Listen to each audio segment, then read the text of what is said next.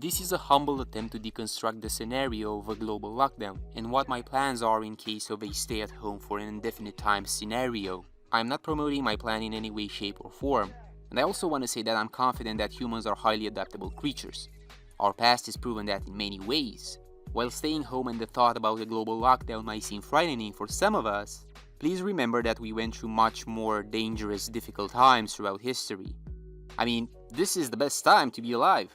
We have so many good things happening to us and for us, and listing them here would just take a whole day. And overall, it might just be about finding the right thing to do. But I also think that you need a schedule and some sort of balance.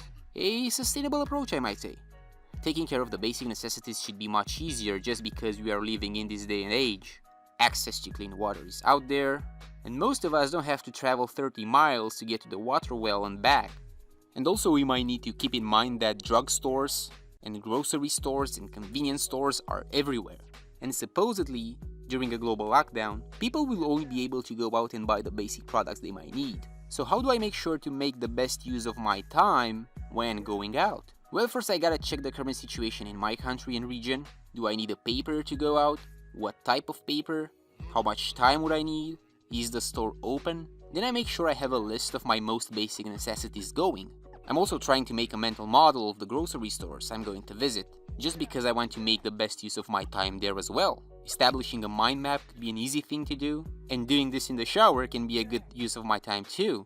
That's because I'm going to properly sanitize before going out, not just my hands, but the entire body. And if I can make these trips at a time when stores and streets are less crowded, that should be a jackpot.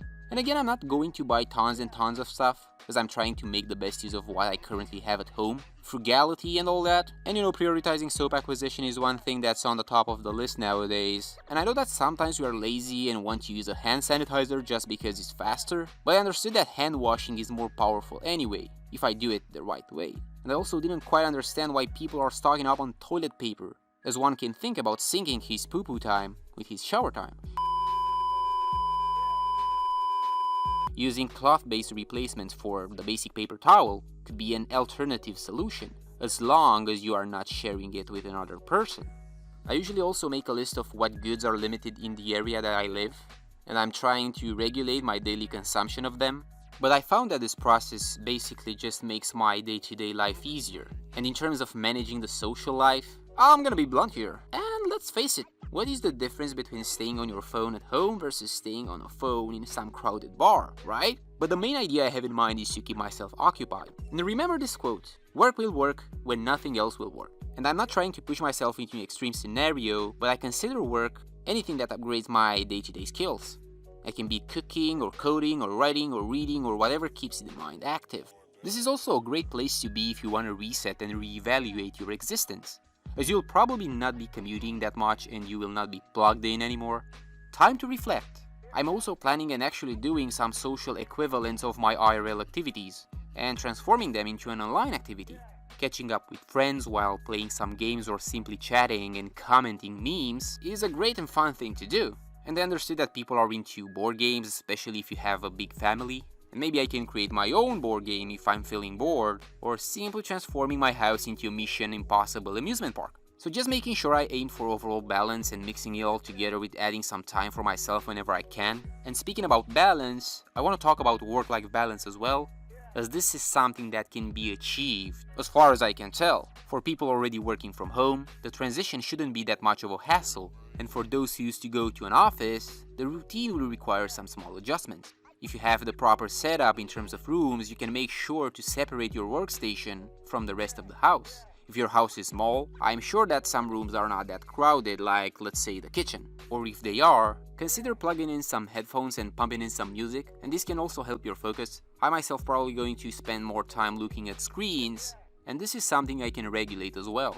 Taking some breaks and doing some push-ups or pull-ups and just making sure I reset. I'm also reflecting on the fact that after a lockdown, jobs will probably going to be harder to find. So securing my current job should be also a priority. And in terms of financial advice, there are a couple of things I can outline.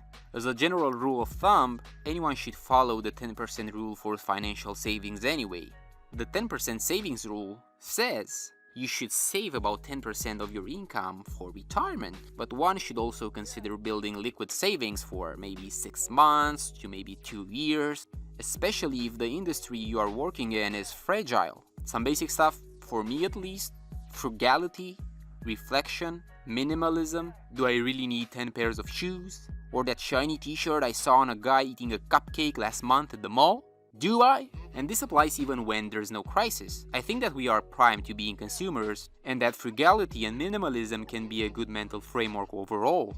I'm not going to engage in any panic mode type of buying and selling of assets either. And I know there will be a few reasons for buying versus holding in the stock market out there, but I will still aim to maintain liquidity. And this applies even when there's no crisis. The aim is to secure my health and wealth, then continuing to live as close to normal as possible. I think that saving for retirement is something that can wait during a lockdown. I can't outline enough the importance of psychological preparation for a possibly extended lockdown period, and making sure you are up to date with what's going on, and keeping yourself mentally healthy so you don't get frustrated with the stay-at-home scenario. And in the end, simply remind yourself and remember that we humans have been through a lot worse.